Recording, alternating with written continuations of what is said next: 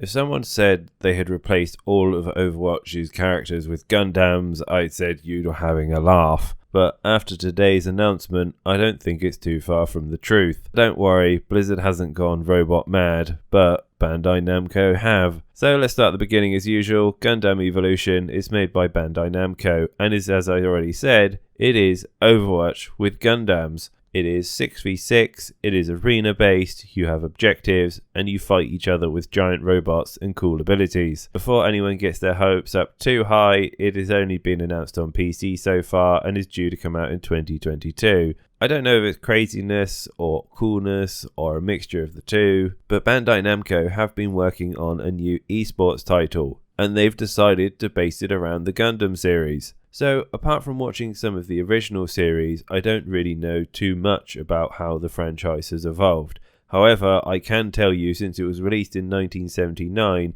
the series has grown to become an incredibly popular, iconic thing. You name it, there's probably something Gundam of it. There's TV series, there's films, there's live action films, there's manga, there's novels, there's video games, there's models galore, there's lunchboxes, hell, I've even seen Gundam plushies. So it comes as no surprise that it rakes in about 50 billion yen from Bandai Namco. That being said, with so many fingers and so many pies, I'm just not sure how surprised I should be that it's going to be an esports franchise as well. Nevertheless, people seem to be receiving it quite well, calling it the Japanese Mecha Overwatch. So as usual, as soon as I got my mitts on the trailer, I've gone through it with a fine tooth comb to give you all the details that I've spotted. Let me know what you think in the comments below, but yeah, here's the rundown so far. So the look and feel of the maps, they've done a great job so far. They really feel very robot-esque, something that you would see in a Gundam episode, and also they've managed to keep the shading in a way that it almost feels like it is very anime-esque, with lots of single palette tones that have been subtly dyed down, but when it comes to abilities, etc., they are big, bright and flashy and bold, and they just scream awesomeness at you. So very much like a robot hero shooter, each of the classes have its own unique abilities. So far I've identified that there are roughly between 2 and 3 abilities for each of the Gundams, with one ultimate, and then each of the Gundams has its own different personal weapon. These also come in a variety of forms. It's not all long range stuff. I've seen throwables, I've also seen melee weapons, and I've also seen long range and short range weapons in the form of assault rifles and sniper rifles. Now I know I'm comparing it a lot to Overwatch, but in terms of Overwatch movements, it is a little bit different. So I've seen the fact that you do run along the ground, but there's also the fact that you've got your jet boosters and you kind of glide on the ground as well, and you can also fly in the air. I don't know if this is for all of the Gundams, but definitely I saw a good proportion of them flying around. I also saw some Gundams with some transformative abilities, and we'll go down into that when we break down each of the Gundams I've identified. But I think one of the main emphasis to take away is that it is on an X, Y and Z axis, and the movement speed are varied and fast and fluid, and you get something for everyone, I think is a good point to mention. I would just like to take the moment here. The reason why, again, I'm comparing this to Overwatch a lot is because the overlay is literally a carbon copy of what Overwatch has currently. In fact, if anyone saw this off the street, you would just assume this was some sort of skin over Overwatch. But hey, it is only in alpha, I think, at the moment, with the closed beta coming up, so maybe they're going to change it and adjust it so it doesn't look like it is a blatant rip-off. Anyway, let's start off with each of the Gundams that I've identified. I apologise if I do not give them the respect they deserve, because I'm unknowing of what a lot of these guys are, but here's what I found so far. So the first Gundam that you come across is RX-78-2. So he looks to be equipped with some sort of shotgun / assault rifle single shot gun. It was always used in close proximity, so I'm presuming that it is close range. In terms of his abilities, so he's got one which really appealed to me, which is like a giant laser mace that you fire and it swings across. And he's also got this like shield-like ability, but I didn't actually see it get deployed, but it looks like a coffin with a slit at the top, so I'm guessing it's some sort of riot shield. And before anyone says, oh, well, that sounds a bit familiar, that sounds a bit like Bridget, I know. So the next Gundam that I came across was NRX-044.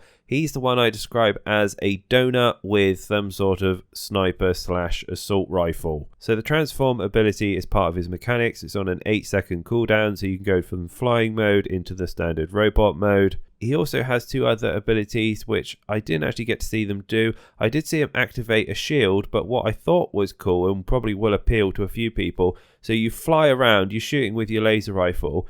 You then transform onto the ground, and his ulti is like this basically rocket punch that you fly along and then hit the opponent into a wall behind them for massive damage. It's got like a fuel meter on it as well, so it can only go so far. It's a bit like Reinhardt's charge, but an ultimate. So I would just like to quickly put this in because I don't want to go through and edit the video, but basically I've been reading you the serial numbers. So the one that we just saw was actually called Asimar, and the previous one, the first one, was the Gundam. So yeah, I've been giving you the model numbers, but if that means something to you, thumbs up. If not, those are the actual names. Anyway, the next one we're going to have a look at is the first sniper class. His model number is RGM79SP, or known as the GM Sniper 2. And as you've probably already worked it out, he has a sniper for a weapon. So you've probably already realized it, but he has the ability to see through walls. Now, I couldn't see if it was an ultimate or not, but it wasn't like